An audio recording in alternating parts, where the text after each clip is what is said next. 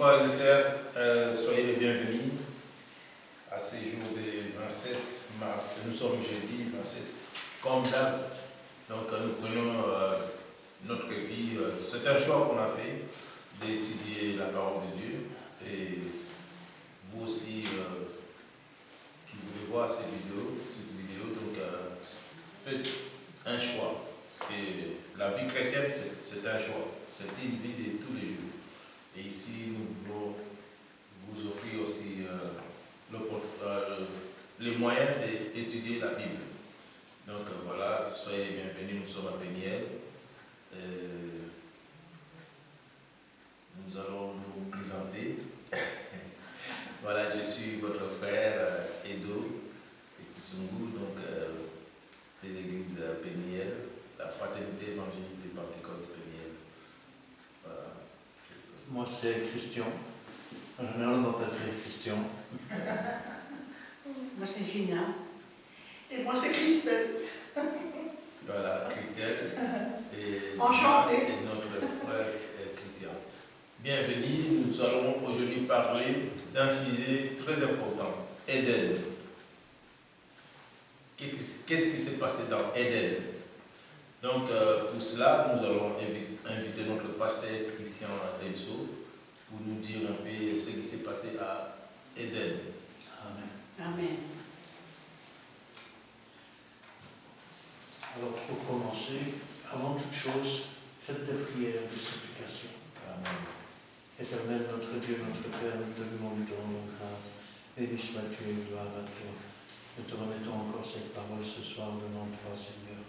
Que ton esprit règne en maître, que ta parole se fasse entendre, qu'elle ne retourne pas à toi sans avoir fait ta volonté, que toute la gloire t'en revienne. Gloire au Père, gloire au Fils et gloire au Saint-Esprit. Amen. Amen. Nous te bénissons, éternel Dieu. Merci pour ce moment que nous disposons, Père Saint. Nous avons, Père Saint, sacrifié notre temps pour étudier ta parole, connaître la vérité. Et Père Saint, merci pour ton assistance au milieu de nous, Père Saint. Nous voulons aussi, Père Saint, que tu sois notre alpha et oméga pour cette étude biblique. Inspire-nous, Père Saint. Si tu donnes les oreilles spirituelles, Père Saint, et l'intelligence pour comprendre ta parole, nous te bénissons, nous te sanctifions dans le nom de notre Seigneur Jésus-Christ. Amen. Amen. Merci Seigneur pour ce privilège que tu nous donnes d'assister à cette étude biblique chez Péniel. Fortifie-nous tous, Seigneur. Ouvre notre intelligence et donne à chacun, Seigneur, le discernement que nous avons besoin, Seigneur, pour comprendre ta parole, pour l'accepter, mais surtout la mettre en pratique. Travaille le cœur de tous ceux qui nous suivent par la vidéo, Seigneur. Touche leur cœur, Seigneur. Parle-leur, Seigneur, afin qu'ils puissent te connaître, Seigneur, t'accepter aussi, Seigneur, comme sauveur et maître et comprendre ta sainte parole qui est vraie. Gloire et puissance te soit rendue dans le beau nom de Jésus. Amen. Merci Seigneur Jésus parce que nous sommes dans ta présence. Et merci pour ta parole qui va être apportée ce soir par le frère Christian et le frère Edo, ou bien le contraire. Alors, nous vous demandons de bien écouter. Et c'est très important parce que c'est un Dieu vivant. Il est esprit. C'est le Seigneur Jésus qui a été cloué sur la croix, mais qu'il est vivant, qu'il est monté au ciel et qu'il est assis à la droite de son Père. Mais nous sommes toujours dans la joie avec lui. Et c'est lui qui nous soutient et nous ne sommes jamais déçus avec lui parce que c'est un ami fidèle, le Seigneur Jésus. Le Fils de Dieu, c'est un ami fidèle. Et alors je vous dis aussi de le rencontrer aussi, aussi le Seigneur Jésus, que vous le rencontriez aussi, parce qu'il a fait beaucoup de choses dans ma vie, et c'est ça que je suis dans cette allégresse et dans cette joie avec le Seigneur Jésus, parce qu'il a fait plein de choses dans ma vie, et c'est à lui que je dois ça, c'est pas à l'homme, parce que l'homme ici-bas, qu'est-il devant la face de Dieu? Rien du tout, il n'est qu'un souffle de vie. Et c'est pour cela que je vous demande que vous soyez attentifs à la parole du Seigneur Jésus. Et c'est pour ça que nous rendons toute la gloire au Seigneur Jésus. Car il est tout puissant, Il n'y a rien d'impossible à lui. Et nous remettons tout cela au nom du Seigneur Jésus, le Fils bien-aimé du Seigneur Jésus, enfin de son papa, le Fils, le Seigneur Jésus. Amen. Amen. Amen. Amen. Alors, Amen, le Fils de Dieu. pour parler d'Éden, je pense qu'il faut commencer par parler de la création. Parce qu'on va voir les choses qui ont l'air simples, ne sont pas toujours aussi simples qu'elles en ont l'air. Et une fois expliquées, elles ne sont pas aussi compliquées qu'elles en ont l'air. Alors, Genèse, livre de la Genèse, chapitre 1, on commence la création. Et le premier jour, eh bien, c'est la lumière. Que la lumière soit, et la lumière fut. Verset 3. Dieu dit que la lumière soit, et la lumière fut. Quand on parle de la lumière, on ne parle pas du soleil ou de la lune, parce que le soleil et la lune ont été créés le 4e jour. Quand on parle de la lumière, on parle de la véritable lumière qui éclaire tout homme venant dans le monde, et nous avons contemplé sa gloire, une gloire comme la gloire du Fils unique venu du Père. Amen. C'est pourquoi Jésus disait « Je suis la lumière du monde ». Alors au 2e jour, verset 6, Dieu dit qu'il y ait une étendue entre les eaux et qu'elle sépare les eaux d'avec les eaux. On nous parle des nuages. Dieu appela l'étendue ciel, verset 8. Ainsi il y eut un soir, il y eut un matin, ce fut le 2e jour. Le 3e jour, Dieu dit que les eaux qui sont au-dessus du ciel se rassemblent en un seul lieu et que le sec paraisse. Cela fut ainsi. Dieu appela le sec terre et il appela l'amas d'eau mer. Dieu dit que cela était bon. Puis Dieu dit que la terre produise de la verdure, de l'herbe, de la semence, des arbres fruitiers, donnant du fruit selon leur espèce, ayant en eux leur semence sur la terre, et cela fut ainsi. La terre produisit de la verdure, de l'herbe portant de la semence selon son espèce, et des arbres donnant du fruit, ayant en eux leur semence selon leur espèce. Dieu vit que cela était bon. Le 4e jour, verset 14, Dieu dit qu'il y ait des luminaires. Verset 16, Dieu fit les 2 grands luminaires, le plus grand luminaire pour présider au jour, le plus petit luminaire pour présider à la nuit. Il fit aussi les étoiles, les plaça dans l'étendue du ciel pour éclairer la terre, pour présider au jour et à la nuit, et pour séparer la lumière des ténèbres. 5e jour, verset 20, que les eaux produisent en abondance des animaux vivants, que des oiseaux volent sur la terre vers l'étendue du ciel. Dieu créa les grands poissons, et tous les animaux vivants qui se meuvent, et que les eaux produisent en abondance selon leur espèce. Il créa aussi tout oiseau ailé selon son espèce. Dieu vit que cela était bon. 6e jour, verset 24. Dieu dit que la terre produise des animaux vivants selon leur espèce, du bétail, des reptiles, des animaux terrestres selon leur espèce, et cela fut ainsi. Dieu fit des animaux de la terre selon leur espèce, le bétail selon son espèce, et tous les reptiles de la terre selon leur espèce. Verset 26. Puis Dieu dit, faisons l'homme à notre image, selon notre ressemblance, et qu'il domine sur les poissons de la mer, sur les oiseaux du ciel, sur le bétail, sur toute la terre, sur tous les reptiles qui rampent. Alors, à partir d'ici, ça commence à devenir intéressant. Pourquoi? Parce que nous sommes au 6e jour. Et le 6e jour, Dieu va créer l'homme, il va le tirer de la poussière de la terre, et l'homme va vivre sur la terre. L'homme va dominer sur tous les animaux. Il est un peu le Tarzan des premiers temps où, je vais dire, il est le roi de la terre. Puis, nous arrivons au chapitre 2. Chapitre 2, premier verset. À noter que chapitre 1 et à partir du verset 28, Dieu les bénit et leur dit: soyez féconds, multipliez, remplissez la terre, assujettissez, dominez sur les poissons de la mer, sur les oiseaux du ciel et sur tout animal qui se meut sur la terre. Dieu dit: voici. Et là, ça devient intéressant. Je vous donne toute herbe portant de la semence qui est à la surface de toute la terre, tout arbre ayant en lui du fruit d'arbre et portant de la semence. Ce sera votre nourriture. Et à tout animal de la terre, à tous les oiseaux du ciel, et à tout ce qui se meut sur la terre, ayant soin un souffle de vie, et je donne toute herbe verte pour nourriture, et cela fut ainsi. Alors, on a un homme qui a été créé le 6e jour. Il domine sur toute la création, sur la terre, et puis il se nourrit des fruits, je vais dire des légumes, on peut dire quand il dit de l'herbe, il parle de légumes. Et on voit que les animaux aussi, eh ben, ils ne mangent pas de viande. Ils se nourrissent, je vais dire, avec des fruits, avec les légumes qui se trouvent sur la terre. Ce ne sera qu'après la sortie de l'arche de Noé que l'homme deviendra un effroi pour tout animal, et où Dieu donne l'autorisation à l'homme de manger les animaux. Condition de ne pas le manger vivant, de ne pas manger dans un animal vivant, de ne pas manger un animal qui est crevé, excusez-moi l'expression. Ainsi furent achevés les cieux et la terre et toute leur armée.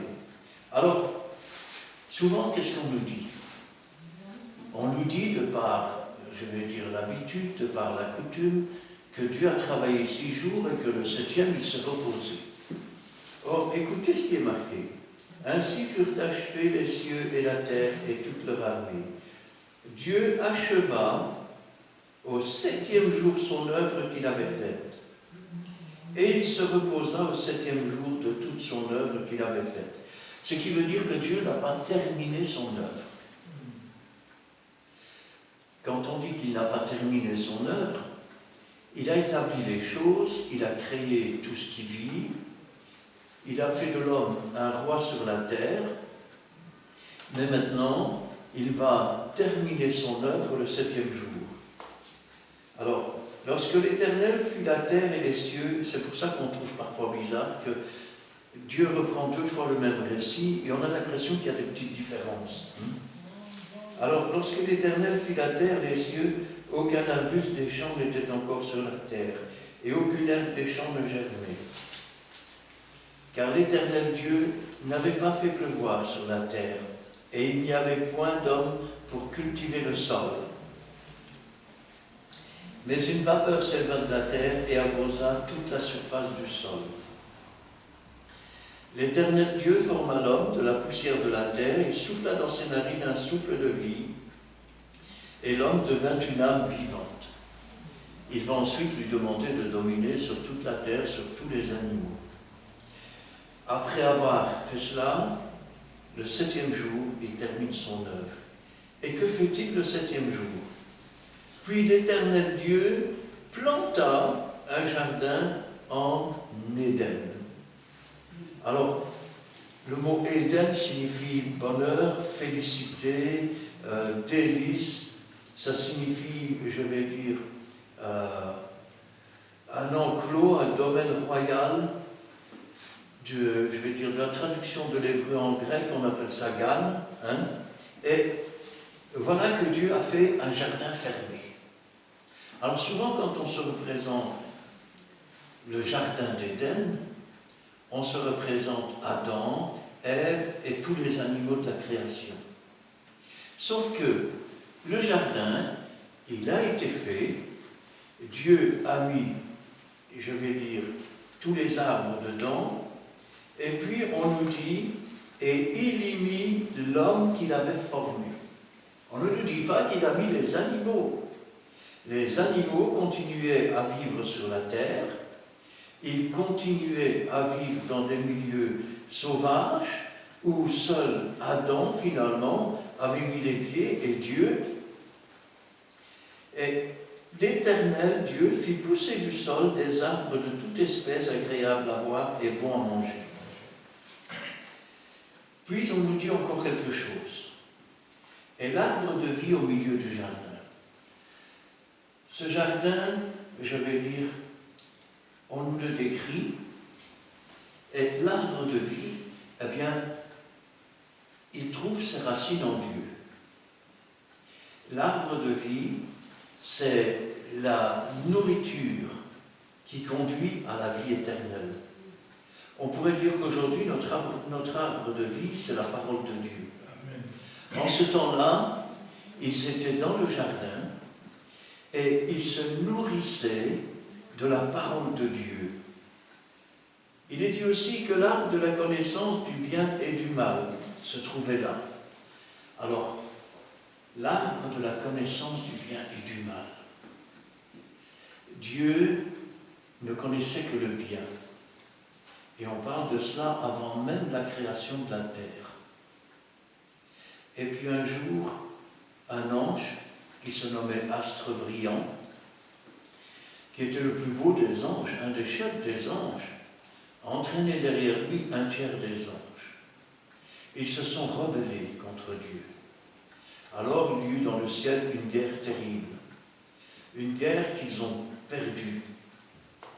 Et on peut dire qu'ils ont quitté leur demeure première, c'est-à-dire qu'ils étaient des anges, ils sont comme morts et ils sont devenus des esprits errants. Au début de la création de la terre, rappelez-vous ce qu'on nous dit, il y avait des ténèbres à la surface de la vie. Ces ténèbres, c'était tous ces esprits méchants. Quant à Astre Brillant, son désir le plus profond, c'était de devenir comme Dieu et de prendre la place de Dieu. Résultat, il a été déclassé. Et c'est comme ça qu'il s'est retrouvé, je vais dire, sous la forme d'un animal, un serpent.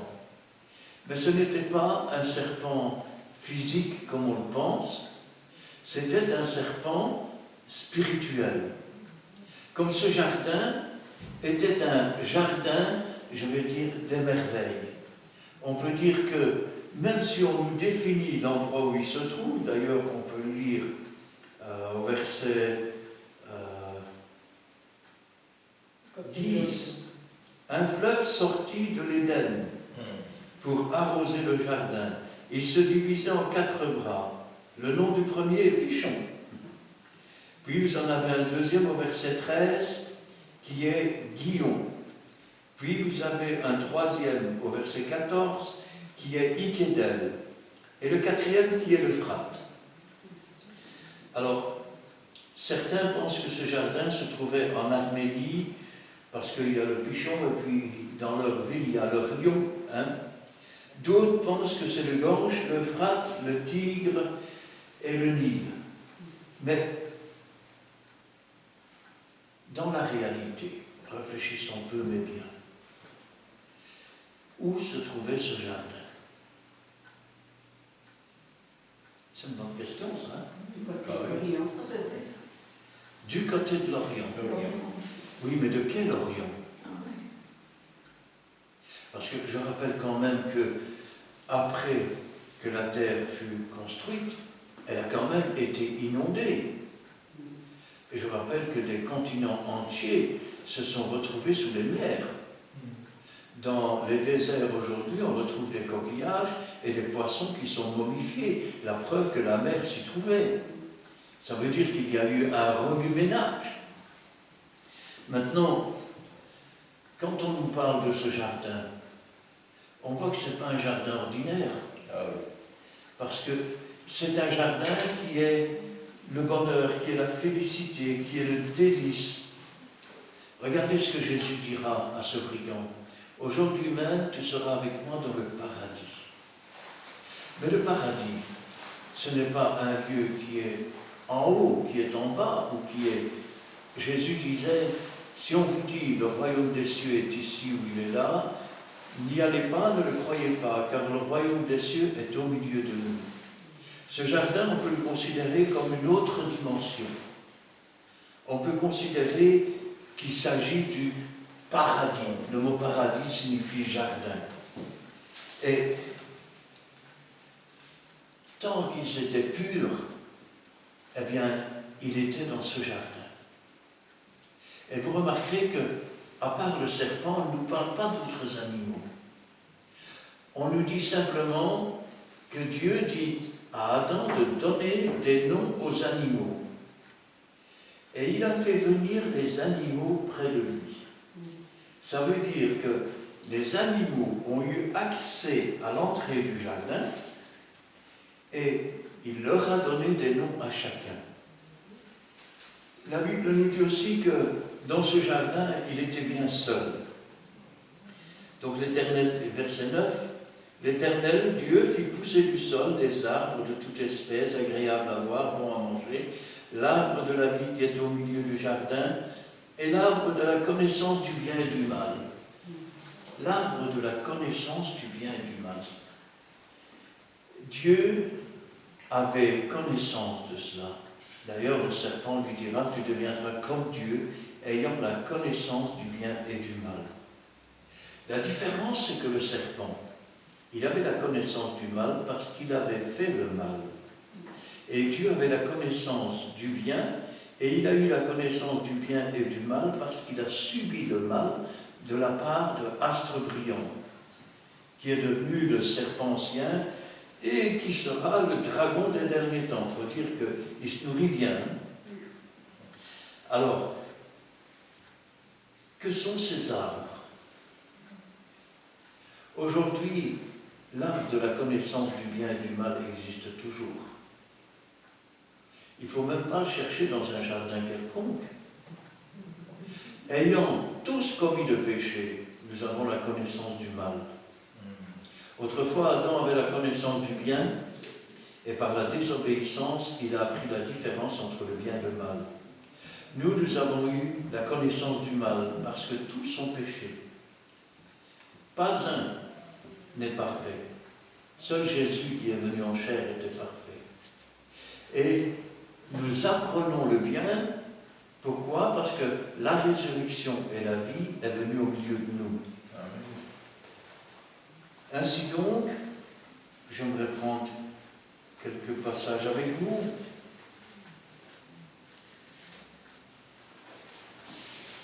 Adam, qui était, je veux dire, pur, parfait, sans tache, qui se nourrissait des arbres, des bons arbres du jardin, était un peu comme le psaume 1, quand il nous dit à partir du premier verset, « Heureux l'homme qui ne marche pas selon le conseil des méchants, qui ne s'arrête pas sur la voie des pécheurs, qui ne s'assied pas en compagnie des moqueurs, mais qui trouve son plaisir dans la loi de l'Éternel, qui la médite nuit et jour. Il est comme un arbre planté près des courants d'eau, qui donne son fruit en sa saison et dont le feuillage ne se flétrit pas. » Dans un autre passage, et là je suis dans Jérémie, chapitre 17 et le verset 7, qui peut le lire? 17. Jérémie 17, verset 7.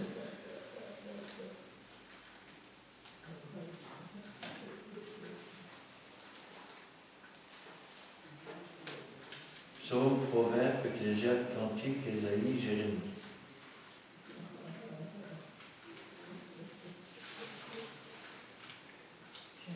Chapitre 17 et verset 7, à partir du verset 7, le 7 et le 8.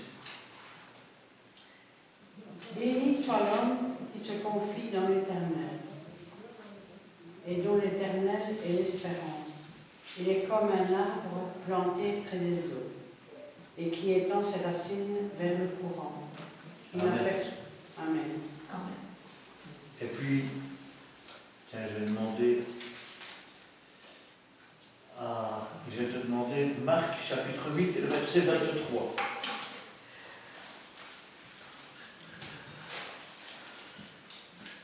« 23 et 24.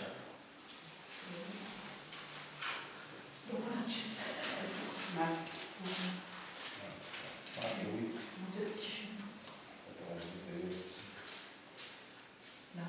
Marc 8, chapitre 23 et 24. Donc, chapitre 8, et quel verset? 23 et 24. Voilà, ça y est. Il prit l'aveugle par la main et le conduisit hors du village. Puis il lui mit de la salive sur les yeux. Jusque-là? Il lui imposa les mains et lui demanda s'il voyait quelque chose. Il regarda et dit, j'aperçois les hommes, mais j'en vois comme des arbres, et qui marchent. Amen. Merci. Ainsi, il était planté près des courants d'eau. C'est ce qu'on nous dit ici, 4 courants d'eau. Il était ainsi mis dans le jardin, je veux dire, près de l'arbre de vie. Et jusque-là, je vais dire, il n'y avait pas de consigne vraiment particulière. Et la Bible nous dit, je vais dire à partir du verset 15, l'Éternel Dieu prit l'homme, il l'a pris. Toujours Genèse, chapitre 2. L'Éternel Dieu prit l'homme, il l'a pris d'où? De la terre. Et le plaça dans le jardin d'Éden, dans le jardin de la félicité, dans le jardin, on pourrait dire, dans le jardin de la gloire. Il avait créé l'homme à son image et il voulait que l'homme réside, je vais dire, dans les lieux célestes, c'est-à-dire dans le jardin de Dieu. Donc il le plaça dans le jardin d'Éden pour le cultiver et pour le garder. Alors, il y a 2 choses. C'est Dieu qui a créé ce jardin, c'est Dieu qui a planté les arbres. On peut penser 2 choses. La première, Dieu a confié ce jardin à Adam pour qu'il cultive le jardin et pour qu'il le garde. Mais peut-être aussi que Dieu a placé l'homme dans le jardin pour cultiver l'homme et pour le garder. Ainsi, il pouvait manger de l'arbre de vie et vivre éternellement, ce qui n'était pas le cas des animaux qui vivaient sur la terre. L'Éternel Dieu donna cet ordre à l'homme. Tu pourras manger de tous les arbres du jardin, mais tu ne mangeras pas de l'arbre de la connaissance du bien et du mal, car le jour où tu en mangeras, tu mourras. Alors, quand on nous parle ici de l'arbre de la connaissance du bien et du mal, étant donné qu'Adam ne connaissait que le bien, la seule façon de manger la connaissance et de connaître le bien et le mal, quand on ne connaît que le bien, c'est de faire le mal. On aurait pu appeler cet arbre l'arbre, je vais dire, de l'incrédulité, l'arbre de la désobéissance, l'arbre de la résistance aux ordres de Dieu, l'arbre de la tentation. L'Éternel Dieu dit, après l'avoir mis dans le jardin, nous sommes toujours au 7e jour là, il n'est pas bon que l'homme soit seul, je lui ferai une aide semblable. L'Éternel Dieu forma de la terre tous les animaux des champs, tous les oiseaux du ciel, et il les fit venir vers l'homme. Vous remarquez que l'homme n'est pas retourné vers la terre. Ce sont les animaux qui sont venus vers le jardin pour voir comment il les appellerait, et afin que tout être vivant portât le nom que lui donnerait l'homme. Quelle responsabilité! Aujourd'hui, on découvre encore des espèces, et des espèces s'éteignent. Alors que Dieu a confié la tâche à l'homme de donner les noms de tous les animaux. Il aurait pu le faire lui-même. Et l'homme donna des noms à tout le bétail, aux oiseaux du ciel, à tous les animaux des champs. Il espérait qu'au cours d'une de ces rencontres, peut-être, Adam trouverait, je vais dire, une aide semblable. Mais dans tout cela, il n'en a pas trouvé. Mais pour l'homme, il ne trouva point d'aide semblable à lui. Alors Dieu va faire quelque chose. Il va le faire tomber dans un profond sommeil.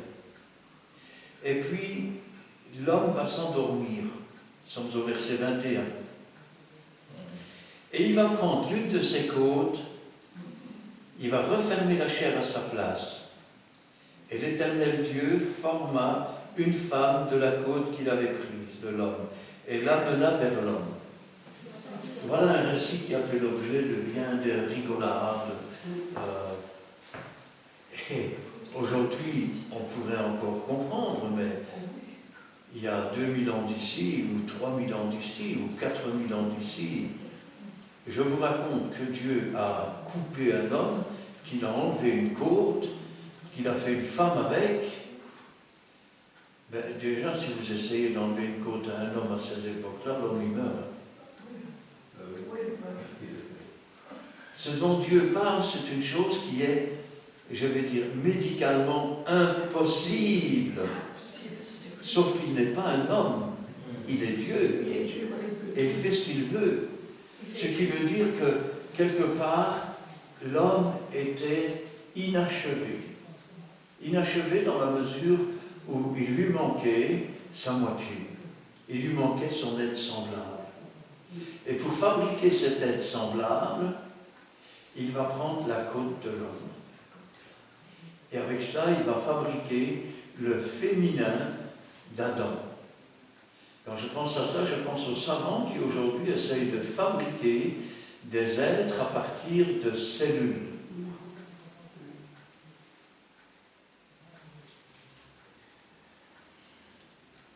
Verset 22, l'Éternel Dieu forma une femme de la côte qu'il avait prise de l'homme.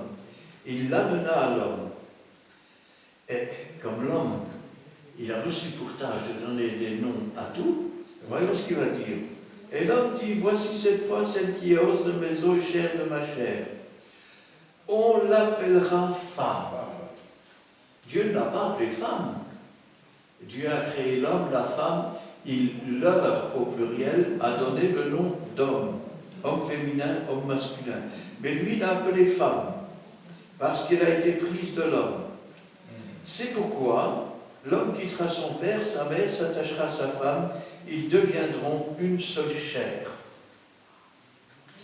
Alors, on nous raconte maintenant, fin du chapitre 2, au verset 25, que l'homme et la femme étaient tous les deux nus, ils n'en avaient pas honte. C'était, je vais dire, les premiers naturistes, mais des naturistes spirituels. C'est-à-dire qu'ils avaient été créés et quand on vient au monde, on est tout nu. Alors, le serpent, c'est-à-dire le diable, le dragon des derniers temps, celui qui autrefois était un ange splendide et qui s'appelait astre brillant, on l'appelle aussi Lucifer, qui veut dire lumière, car il était un astre brillant. Petite parenthèse, c'est aussi, je vais dire, à partir de là, quand il est dit dans le livre de l'Apocalypse qu'une étoile tomba du ciel, on parle d'astre brillant. C'est le diable qui sera jeté par terre et qui en a pour peu de temps et qui va se déchaîner. Alors, c'était le plus rusé de tous les animaux des champs. Le mot rusé signifie quelqu'un qui est prêt à tout et par tous les moyens, légaux ou illégaux, pour arriver à ses fins. Et il dit à la femme, Dieu a-t-il réellement dit, vous ne mangerez pas de tous les arbres du jardin? Première citation. Dieu a-t-il réellement dit? Mettre le doute. Quand Jésus se trouvait dans le désert, qu'est-ce qu'il dit? Si tu es le Fils de Dieu,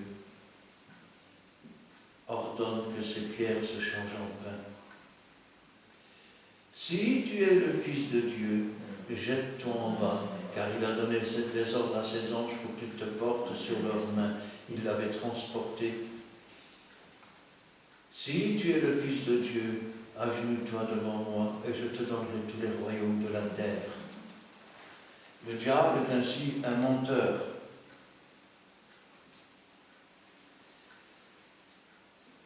Ah oui. Il dit à la femme, Dieu a-t-il réellement dit, vous ne mangerez pas de tous les arbres du jardin? Vous voyez la transformation déjà. Vous ne pouvez rien manger, Dieu a dit, vous ne pouvez rien manger. Mais ce n'est pas ce qu'il avait dit. Il avait dit, vous ne mangerez pas de l'arbre de la connaissance du bien et du mal. La femme répondit au serpent, nous mangeons du fruit des arbres du jardin, mais quant au fruit de l'arbre qui est au milieu du jardin, il parle de l'arbre qui est à côté de l'arbre de vie, Dieu dit, vous n'en mangerez point, vous n'y toucherez point, de peur que vous ne mouriez. Alors le serpent dit à la femme, c'est pas vrai, vous ne mourrez pas. Ça veut dire que partout où l'Esprit de Dieu n'est pas, la contestation avec la parole de Dieu règne. Dieu a dit cela, mais c'est pas vrai. Alors le serpent dit à la femme, vous ne mourrez point. Mais Dieu sait que le jour où vous en mangerez, vos yeux s'ouvriront et vous serez comme Dieu, connaissant le bien et le mal. C'est un menteur. Parce que Dieu connaît le bien et le mal, parce qu'il a subi le mal. Mais ici, il les invite à connaître le mal en faisant le mal. Oui, c'est ça. Et la femme, elle vit que l'arbre était bon à manger, agréable à la vue, et qu'il était précieux pour ouvrir l'intelligence. Elle prit de son fruit et en mangea. Elle en donna aussi à son mari qui était auprès d'elle, et il en mangea. Et voilà pourquoi Satan est tombé. Il voulait devenir Dieu. Voilà pourquoi la femme est tombée. Tu seras comme Dieu. Pourquoi s'attaque-t-il à la femme et pas à l'homme? Parce qu'elle sera la mère de tous les hommes. Et s'il arrive à la faire pécher, tous les enfants qui naîtront auront hérité du péché. Maintenant, nous allons au verset 17 du chapitre 3.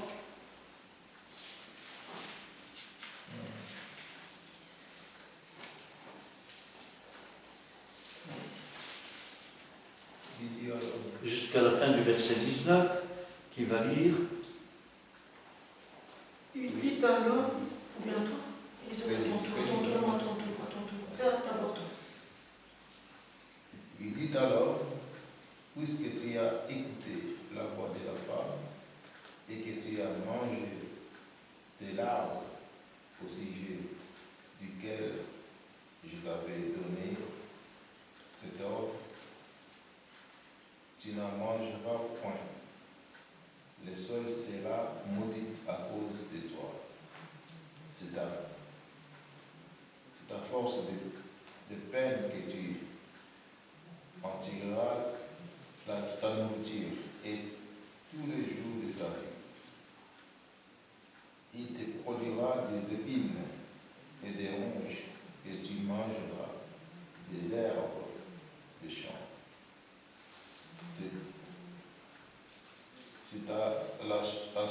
C'est à la sueur de ton visage que tu mangeras du pain jusqu'à ce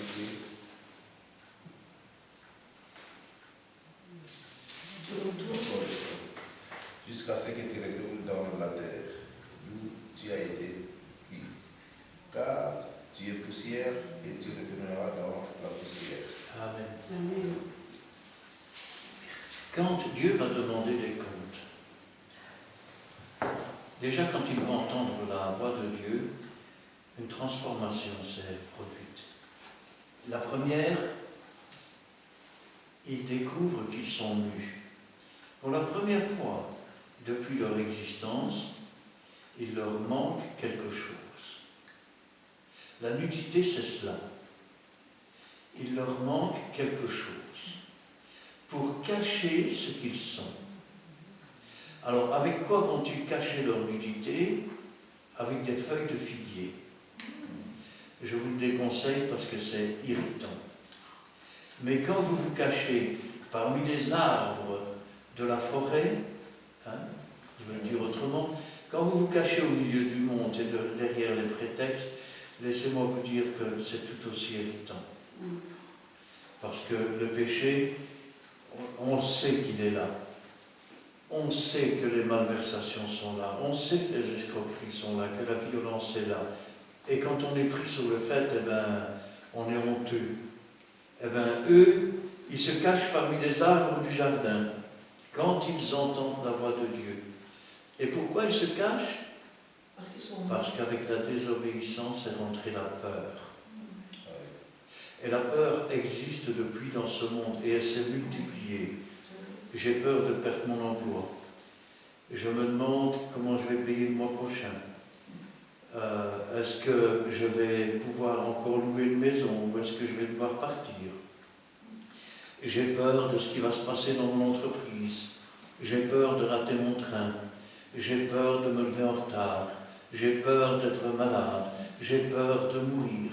La peur, c'est, je vais dire, généralisé à tout le peuple. Et quand tu diras, Adam, où es-tu? En fait, tu lui dis, où en es-tu maintenant? Et Adam dit, je me suis caché parce que j'ai eu peur. Est-ce que tu as mangé de l'arbre dont je t'avais défendu? Il sait bien qu'il en a mangé. Qu'est-ce qu'il attend d'Adam?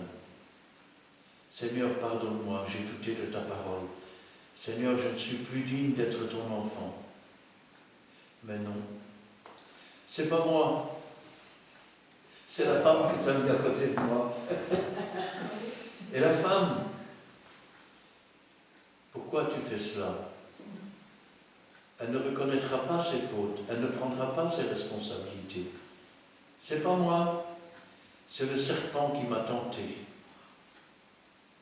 Et quand Dieu s'adresse au serpent, ben lui, il n'a plus personne derrière. Hein. Donc il ne peut plus rejeter la faute sur qui que ce soit. Alors, maintenant les sentences tombent. Puisque tu as écouté la voix de ta femme, et Dieu reprend les mots qu'il a dit, et que tu as mangé de l'arbre au sujet duquel je t'avais donné cet ordre, tu n'en mangeras point. Le sol sera maudit à cause de toi. C'est à force de peine que tu en tireras ta nourriture tous les jours de ta vie. Il te produira des épines et des ronces, et tu mangeras de l'herbe des champs. C'est à la sueur de ton visage que tu mangeras du pain, jusqu'à ce que tu retournes dans la poussière. Que tu retournes dans la terre, car tu as été pris d'où tu as été pris, car tu es poussière, et tu retourneras dans la poussière. Qu'est-ce qu'il lui dit? Il lui dit en réalité, tu étais ici dans le paradis, dans le jardin spirituel de Dieu. Et maintenant, tu vas retourner dans la terre, là où sont les animaux. Tu vas connaître ce que c'est que la vie sauvage. Tu vas savoir ce que c'est que les ronces et les épines qui poussent. Ici, tu n'avais rien à faire et tu n'avais que tendre la main pour prendre des fruits. Tu étais le roi de la terre, tu dominais sur tout. Maintenant, tu es déchu. Parce que quand on se soumet à l'autorité de quelqu'un, on devient l'esclave de ce quelqu'un. En se soumettant au serpent, l'homme est devenu esclave. Et donc, sa place n'était plus dans le jardin, dans le paradis de Dieu. Sa place maintenant était sur la terre avec les animaux. Et ça, c'est ce que Dieu lui dit. Adam donna à sa femme le nom d'Ève, car elle a été la mère de tous les vivants. L'Éternel Dieu dit à Adam et à sa femme, l'Éternel Dieu fit à Adam et à sa femme des habits de peau et il les en revêtit. Remarquez, la première chose que Dieu fait, il couvre leur nudité. Amen. Et il le couvre avec des peaux d'animaux. Ça veut dire qu'il a fallu sacrifier les animaux pour couvrir leur nudité. Mais les péchés couverts ne suffisent pas pour entrer dans le paradis, dans les jardins de Dieu. Rappelons-nous ce que nous dit le livre des Hébreux. Il parle des anciens, de Noé, d'Abraham, d'Isaac, de Jacob. Et il nous dit, ils sont tous morts sans avoir obtenu. Ils ne pouvaient pas obtenir parce que là aussi, leur péché était couvert par le sang des animaux. C'est aussi pour ça qu'il est écrit que rendu mort quant à la chair, vivant quant à l'esprit, Jésus est descendu dans les encres de la terre, il a prêché l'évangile, il a emmené les captifs sur les hauteurs. C'est ce qu'il avait dit à ce brigand, aujourd'hui même tu seras avec moi dans le paradis, dans le jardin de Dieu. Ce jardin que nous avions perdu à cause de la désobéissance d'un homme, nous l'avons récupéré grâce à la soumission, à l'obéissance, à l'abandon de lui-même, jusqu'à mourir sur la croix du calvaire pour porter la punition de nos péchés. Et grâce à lui, nous avons aujourd'hui un libre accès dans les lieux célestes. Et lorsque notre corps s'effondre, nous rentrons à la maison, en fait, dans le jardin que Dieu avait fait. Dieu dit, voici, l'homme est devenu comme l'un de nous pour la connaissance du bien et du mal. Empêchons-le maintenant d'avancer sa main, de prendre de l'arbre de vie, d'en manger et de vivre éternellement. Quelle punition!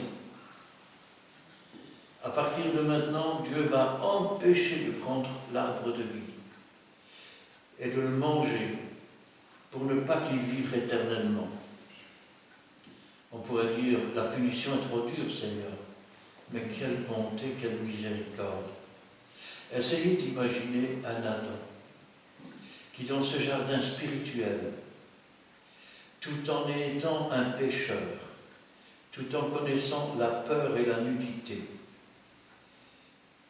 un Adam qui va manger ce fruit. Rendez-vous compte de ce qui se passerait pour lui. Il continuerait à vieillir. Il continuerait à devenir estropié.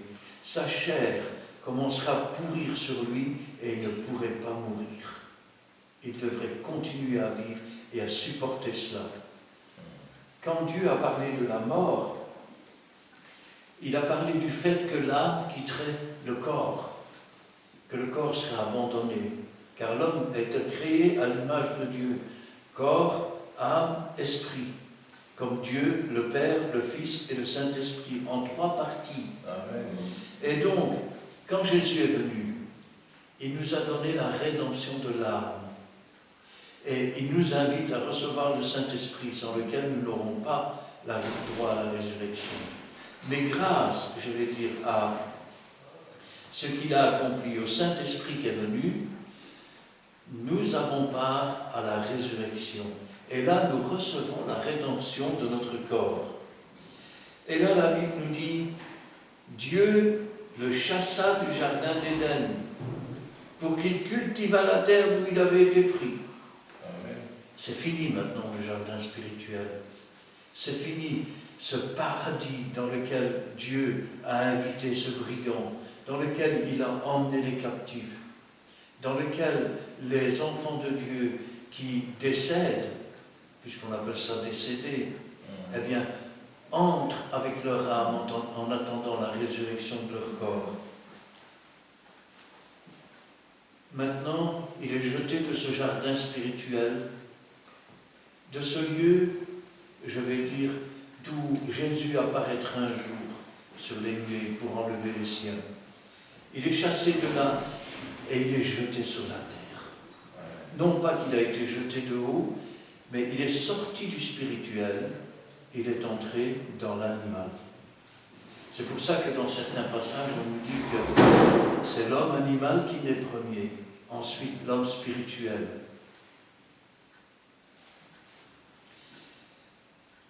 C'est ainsi qu'il chassa Adam et il mit à l'orient du jardin d'Éden les chérubins qui agitent une épée flamboyante. Alors, l'épée de l'esprit, c'est quoi? C'est la parole de Dieu. La parole de Dieu. Tu veux t'approcher? Tu es un pécheur. Ah, Rappelez-vous l'histoire de Balaam et Balak. Balaam était sur son âne et il y avait un ange, parce qu'il n'avait pas obéi à Dieu. L'ange était l'épée nue à la main. Et l'âne refusa d'avancer. Alors il s'est mis à frapper l'âne. Et l'âne s'est laissé tomber, s'est écrasé sur lui-même. Et regardez jusqu'où va l'homme quand il a une idée en tête. Il n'écoute rien. Et l'âne lui dit, est-ce que j'ai déjà agi comme cela? Non, il dit. Il ne réalise même pas que son âme lui parle. Et après que l'âne lui a parlé, l'ange lui a parlé. Et lui dit, si tu t'étais avancé, je t'aurais tué. Ça veut dire que ces deux chérubins qui se trouvent là à l'entrée, ce sont aussi, je vais dire, des gens qui gardent le chemin. Amen. Ils sont une représentation des 2 futures églises. Ils sont une représentation des 2 chérubins qui sont mis dans le temple aussi et qui sont faits en olivier sauvage. Ce sont, je veux dire, les 2 témoins de Dieu. Ce sont ceux qui gardent le chemin. C'est ainsi que quand, je veux dire, dans la prédication, eh bien, nous avons, je vais dire, les paroles, l'épée de l'Esprit qui est la parole de Dieu et qui garde le chemin. Regardez, Ésaïe 59. On peut lire les 8 premiers versets. Je peux lire? Oui. Écoutez bien parce que c'est aussi, je vais dire quelque part, un chérubin avec une épée. Voilà ce que dit l'épée de l'Esprit, la parole de Dieu.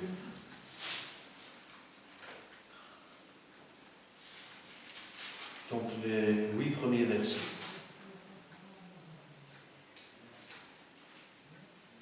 Non, la main de l'Éternel n'est pas trop courte pour sauver, ni son oreille trop dure pour entendre.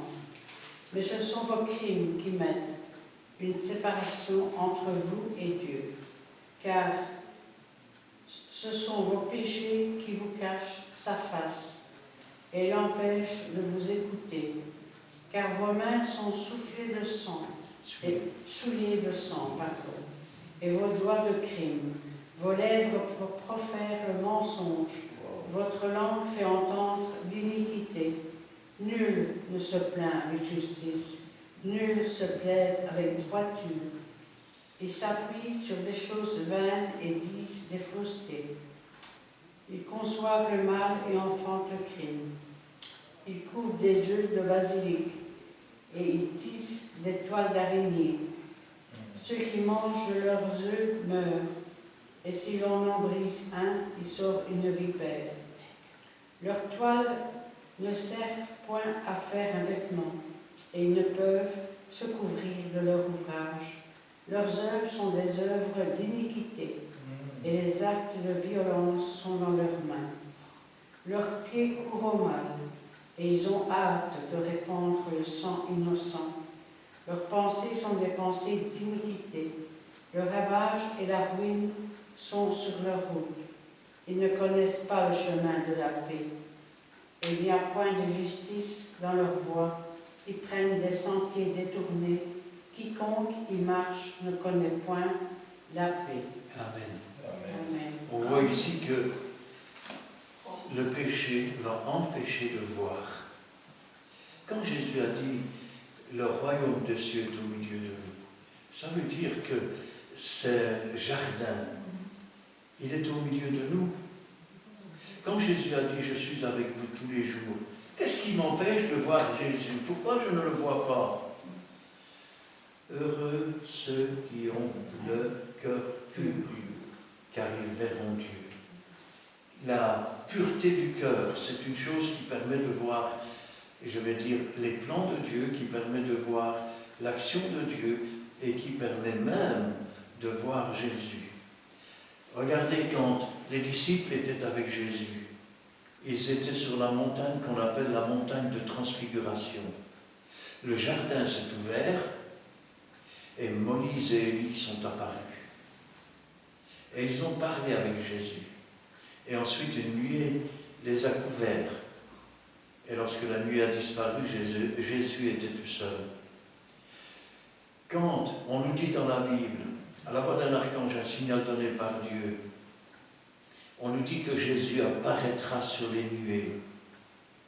Cette nuée qui avait couvert les disciples, le ciel s'ouvrira et l'arche de l'Éternel apparaîtra. Jésus apparaîtra dans toute sa gloire.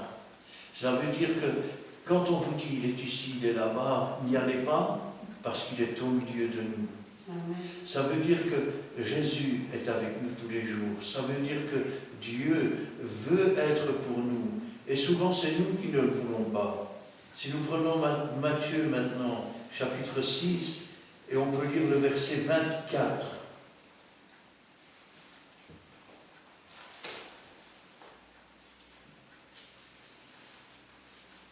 Adam avait servi Dieu pendant un temps, et Ève aussi, et puis ils ont commencé à se mettre au service et à l'obéissance, je vais dire, du serpent ancien. Et regardez ce que Dieu dit dans Matthieu 6 et le verset 24. Nul ne peut servir deux maîtres, car ou il haïra l'un et aimera l'autre, ou il s'attachera à l'un et méprisera l'autre. Vous ne pouvez servir Dieu Et maman. et maman. Maman. Maman. Nul ne peut servir deux maîtres. Pourquoi? Parce que si tu ne crois pas ce que Dieu dit, tu vas dire, alors il m'a eu celui-là. Hein? C'est parce qu'il ne voulait pas que je devienne comme lui. Il ne voulait pas que je puisse être le nouveau créateur. Donc je me suis fait avoir et il commence à haïr Dieu. Et il commence à aimer le menteur. Il s'attache au mensonge et il commence à mépriser Dieu. Le problème, c'est que le réveil est douloureux et qu'une fois le réveil et la punition qui est tombée, eh ben, voilà maintenant qu'il va commencer à vouloir haïr le serpent, sauf que le serpent, ben, il est devenu le maître. Et lui, il est devenu l'esclave. C'est pour ça que la Bible nous dit que Dieu a tant aimé le monde. Il a haï le péché, mais il a aimé les esclaves du péché. Amen. Dans un autre passage, Romains 6 et le verset 15, pardon. Romains 6 et verset 15.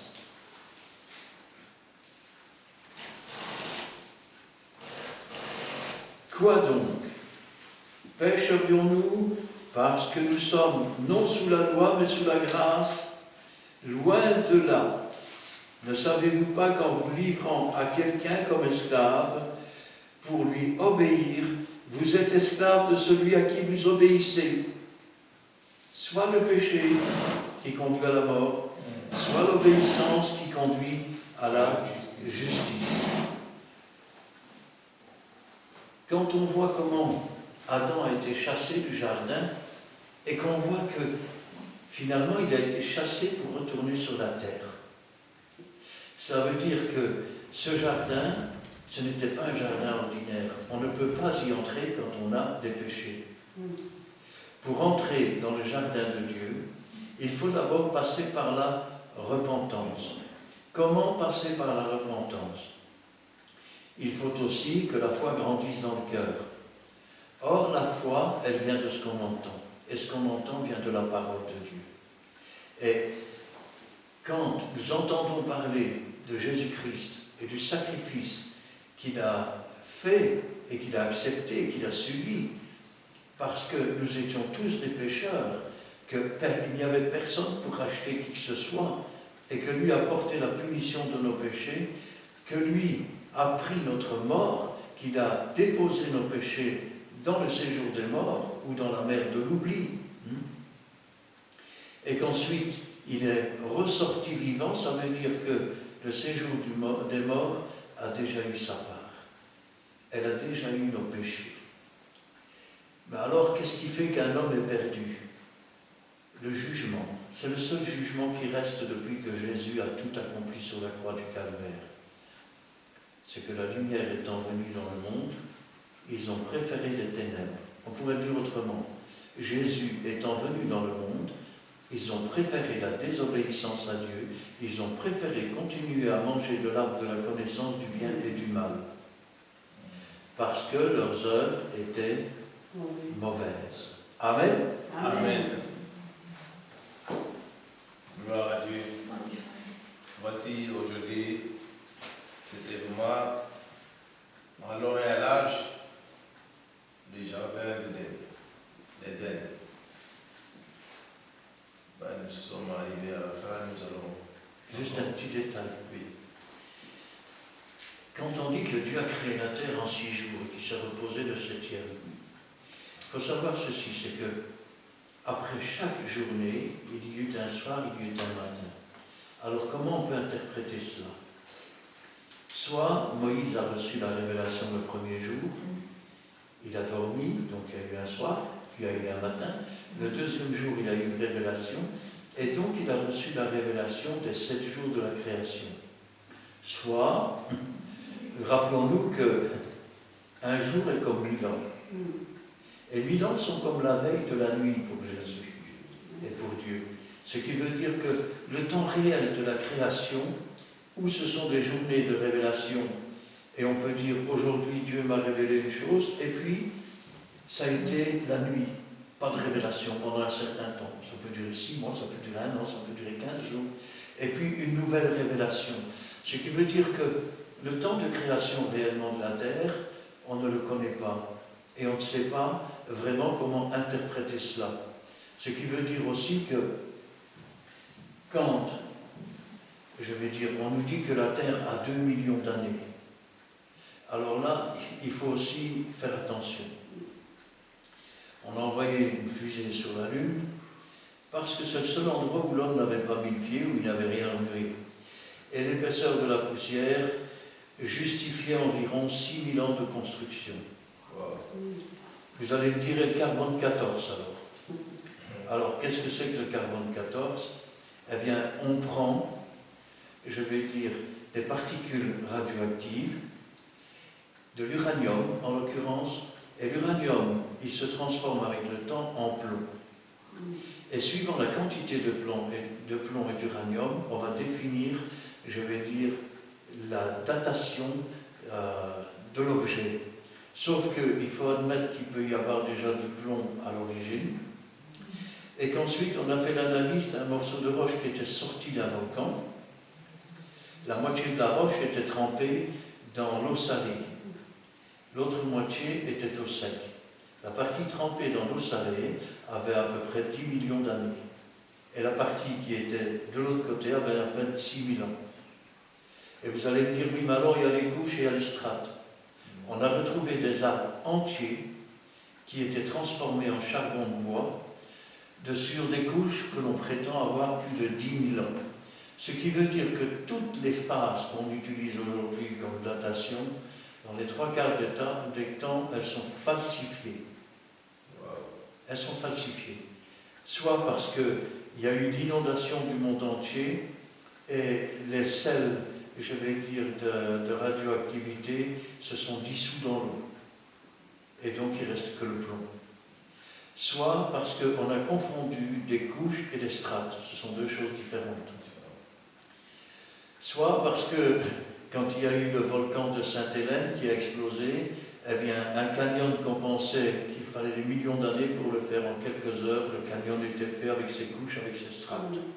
Ce qui veut dire que tout ce qu'on a instrumenté pour mesurer le temps, disant la Terre date de autant de milliards d'années, eh bien c'est faux. Par contre, il y a une chose qui est vraie, c'est qu'au temps de Noé, les gens étaient beaucoup plus civilisés qu'on ne le pense. Ils avaient des connaissances que nous n'avons pas aujourd'hui, et que nous n'aurons peut-être pas. C'est pour ça que la Bible dit, quand on pense qu'une chose est nouvelle, elle a déjà existé, seulement on l'a oubliée. Amen. Amen. Christian, quand on parle des larves, des connaissances du bien et du mal, il s'agit vraiment de quel arbre? Parce qu'il y en a qui comprennent que c'était un rapport. Bon, quand l'aveugle il ouvre les yeux, après que Jésus a mis de la boue dans ses yeux, qu'est-ce qui se passe? Il voit des hommes et il en voit comme des arbres qui marchent. Quelqu'un qui se met sous l'abri du Très-Haut, il est comme un arbre planté près d'un courant d'eau. Alors, l'arbre de la connaissance du bien et du mal, il tire ses racines d'où? De la désobéissance. On pourrait dire que l'arbre, c'est le résultat de la désobéissance du serpent. Ainsi, par exemple, quand on parle de toute une famille, on parle de quoi? Un arbre généalogique. Alors, si maintenant, l'arbre généalogique, je vais dire d'Adam, a conçu un arbre généalogique de gens qui sont tous morts par leurs offenses, on pourrait dire que c'est l'arbre qui est mort par ses offenses. Maintenant, l'arbre de vie, c'est quoi? L'arbre de vie, il tire ses racines de l'obéissance à Dieu. Amen. Parce qu'ici, Ça veut dire aussi que celui qui croit en moi, a dit Jésus, quand bien même il serait mort, il vivrait quand même. Et celui qui vit et croit en moi ne mourra jamais. C'est ça l'arbre de vie. Ainsi, nous pouvons manger de l'arbre de vie. Sa parole est la vérité. Il est le chemin, il est la vérité, il est la vie, il est l'arbre de vie. Et je vais vous dire un autre secret, c'est que dans le livre de l'Apocalypse, dans le jardin de Dieu, il n'y a plus un arbre de vie, il y a 2 arbres de vie. Pourquoi? Parce qu'il y a Jésus-Christ qui est l'arbre de vie, et il y a l'Église qui a hérité de la vie, qui est co-héritier avec Jésus-Christ, des disciples semblables à Jésus, des disciples qui font les choses que Jésus a faites et qui en font de plus grandes. Tel il est, tel nous serons. Amen. Ses yeux, ses yeux, ici, elle nous Ça fait ses répond yeux. à la question Et qu'elle ne pouvait pas. du pasteur Edo. Oui, ça c'était ma question. Il faut comprendre que quand on parle d'arbre, on ne parle toujours pas d'arbre en parabole. On va En dire. parabole, oui. Cueille-t-on de bons fruits sur un mauvais arbre? Non. Cueille-t-on de mauvais fruits sur un bon arbre? Jamais. Est-ce qu'on parle réellement d'un arbre? Non. Ou est-ce qu'on parle de la vie De la spirituelle? connaissance du bien et du mal. Voilà 3 ans que je viens à cet arbre et il n'y a aucun fruit. Coupe-le, jette-le et jette-le et brûle-le. Qu'est-ce qu'il dit? Laisse-le encore cette année, j'y mettrai un peu de fumier. Et s'il ne porte pas de fruit, alors tu pourras le couper. La patience de Dieu envers ceux qui ne portent pas de fruit. Le figuier maudit. Jésus s'approche pour voir s'il y a du fruit. Là, le figuier est un arbre spécial parce qu'il commence d'abord par avoir les fruits de la première saison. Comme l'Église, il y a, je vais dire, la rosée de la première saison et les pluies de l'arrière-saison. Il commence d'abord par avoir des fruits, ensuite les feuilles viennent couvrir. Ce n'est pas la saison de les manger, mais il vient voir s'il y a du fruit. Ça veut dire que même si les fruits ne sont pas encore mûrs, même si le travail n'en est qu'à son début, on ne méprise pas les faibles commencements. Et Jésus vient voir ce qui se passe. Mais s'il ne trouve rien du tout, ça veut dire que les fruits ne sont pas cachés par les feuilles. Notre vie, elle est cachée avec Christ. Et si donc il ne trouve rien du tout, ça veut dire que nous n'avons rien fait. Les feuilles sont venues couvrir, mais en dessous, il n'y a rien. Rien du tout. C'est comme un arbre mort, 2 fois mort. Moi, je vois. J'ai compris. C'est pour ça qu'il y a beaucoup de C'est gens votre question, c'est qui sont dans l'ignorance et qui Ouais. pensent que l'arbre de la connaissance du bien et du mal, le fruit c'est la pomme. Oui, mais c'est ça, ils disent toujours la pomme. Mais bon, c'est pas la pomme. Et il faut dire qu'on a dit que Ève avait couché avec le serpent. On a dit que le péché, c'était d'avoir croqué la pomme. Donc, elle aurait couché avec Adam et c'était un péché. Mais il n'y a rien de tout ça là-dedans. Parce que le récit des 2 arbres, Il n'y a rien qui tient. et je vais dire de l'obéissance ou pas, c'est une allégorie. Alors qu'on pourrait dire, quand on parle des 2 arbres de la connaissance du bien et du mal, c'est un peu comme une parabole. C'est une chose qu'on nous dit au milieu du récit qui est vrai, pour nous faire comprendre autre chose. D'accord. Parce que s'il avait dit, au milieu du jardin se trouvait le diable, et il ne fallait surtout pas boire ses paroles, on aurait dit, ou plutôt, au milieu du jardin existaient, les torrents d'eau vive qui amènent à la vie. Et à côté de cela, il y avait les eaux des citernes crevassées et, de l'étang empoisonné. Ça aurait reflété la même chose, sauf qu'ici on a parlé des arbres. Pourquoi de l'arbre? Parce que l'arbre, il a sa racine, il a le tronc. Jésus a dit, je suis le cep, vous êtes les sarments, il y a les branches. Il y a du bien et du mal. Et puis, si maintenant la racine est mauvaise, le tronc est mauvais, les branches sont mauvaises, et le fruit est mauvais. Oui, rien du tout. Que j'ai compris. Mais c'est pas la pomme. Je ne sais pas si j'ai répondu à ta question. Non, c'est clair et net. J'ai compris, non, c'est clair aussi, c'est clair aussi. Mais ça va. Mais c'est moi entre le Dieu. Donc, que l'Esprit Saint puisse nous guider aussi, guide. Que l'Esprit Saint guide aussi ceux qui vont regarder cette vidéo. Et voici, on attend toujours vos questions pour faire encore suivre ces beaux enseignements pour la prochaine fois. Prions l'Éternel. Amen. Nous bénissons Dieu de toute sa puissance, éternel Dieu. Merci pour cette petite Père Saint biblique. Nous voulons grandir en toi, Père Saint. Nous voulons que ton esprit puisse nous faire du bien. Nous voulons aussi, Père Saint, avoir ta connaissance pour ne pas hésiter de parler de toi, Père Saint. Parce que Jésus, lorsqu'il a été tenté, il avait aussi ses connaissances. Il répondait toujours à l'autre, à Satan, car il est écrit. Nous aussi, Père Saint, nous devons avoir la connaissance de ta parole. Merci, éternel Dieu. Bénis toute personne qui va regarder cette vidéo. Et pour toi, Père Saint, toi, tu es toujours avec nous jusqu'à la fin du temps. Nous voulons aussi, Père Saint, que tu puisses nous guider encore. Conduis-nous vers notre demeure, soit notre bouclier, soit notre refuge contre les ruses du diable.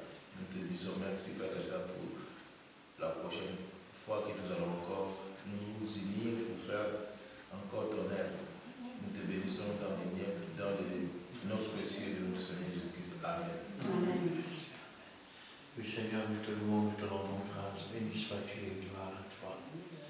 Je nous rappelle encore ce soir, Seigneur, que tout ce qui vient de toi est bon, qu'il n'y a rien à jeter et que nous pouvons nous en nourrir jour après jour, nous appuyer sur toi, sachant que tu n'es pas un Dieu mort, que tu n'es pas un Dieu faible, que tu es le même hier, aujourd'hui, éternellement, et que ce que ta bouche dit, ton bras l'accomplit.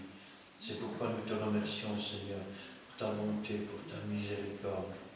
Tu avais dit à la femme que sa postérité écraserait la tête du serpent, et tu as suscité un homme, parfaitement Dieu, et sur la croix du calvaire, il a écrasé la tête du diable. Nous te remercions, Seigneur, pour ta puissance, pour ta miséricorde, pour avoir tout accompli, afin qu'un jour nous puissions tous rentrer à la maison. Que toute la gloire t'en revienne. Gloire au Père, gloire au Fils et gloire au Saint-Esprit. Amen. Amen. Merci Seigneur, car aujourd'hui, Seigneur, à travers cette étude biblique et ce thème que nous avons vu ensemble sur le Jardin d'Éden, à travers ton enseignement, tu as apporté à notre connaissance, Seigneur, ce que nous devions savoir sur le Jardin d'Éden et sur l'arbre de la connaissance du bien et du mal. Donne-nous, Seigneur, de retenir ces enseignements qui sont précieux et de les mettre en pratique, Seigneur. Non pas comme nous le voulons, mais comme toi tu le désires. Fortifie-nous, Seigneur, là où nous sommes faibles, mon Dieu, et tiens-nous tous dans ta main puissante. Interviens aussi pour ceux qui nous suivent par la vidéo. Travaille leur cœur, afin que eux aussi, Seigneur, puissent grandir en toi, pour toi et par toi, à travers ta parole qui est vraie. Gloire et puissance soit rendue dans le beau nom de Jésus. Amen. Merci Seigneur Jésus, parce que tu nous as encore édifiés au travers de ta parole, Seigneur Jésus, qui est la vérité sur notre sentier, sur notre chemin, Seigneur Jésus, Saint-Esprit.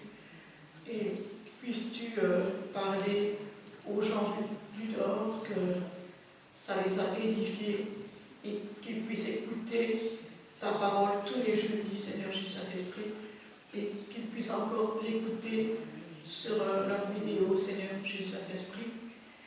Et merci pour les paroles au travers de tes serviteurs, Seigneur Jésus Saint-Esprit, car ce n'est pas eux, c'est toi, Seigneur Jésus Saint-Esprit, parce que la Bible est la vérité, c'est ta parole dans cette Bible qui est la vérité, Seigneur Jésus Saint-Esprit.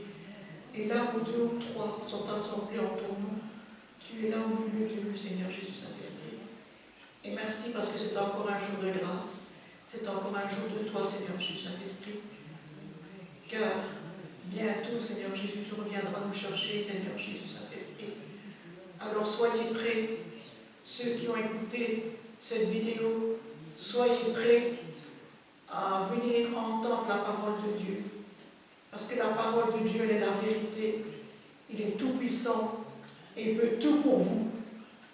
Alors, que Dieu vous bénisse et qu'il puisse parler en vos cœurs, qu'il puisse vous toucher à sa vie, vous convaincre de péché, de justice et du jugement par le sang précieux du Seigneur Jésus. Gloire, honneur et puissance à toi, Seigneur Jésus, Saint-Esprit. Au nom de ton Fils, bien-aimé le Seigneur Jésus, Saint-Esprit. Amen. Amen. Amen. Amen. Et voici, c'est la fin. Amen.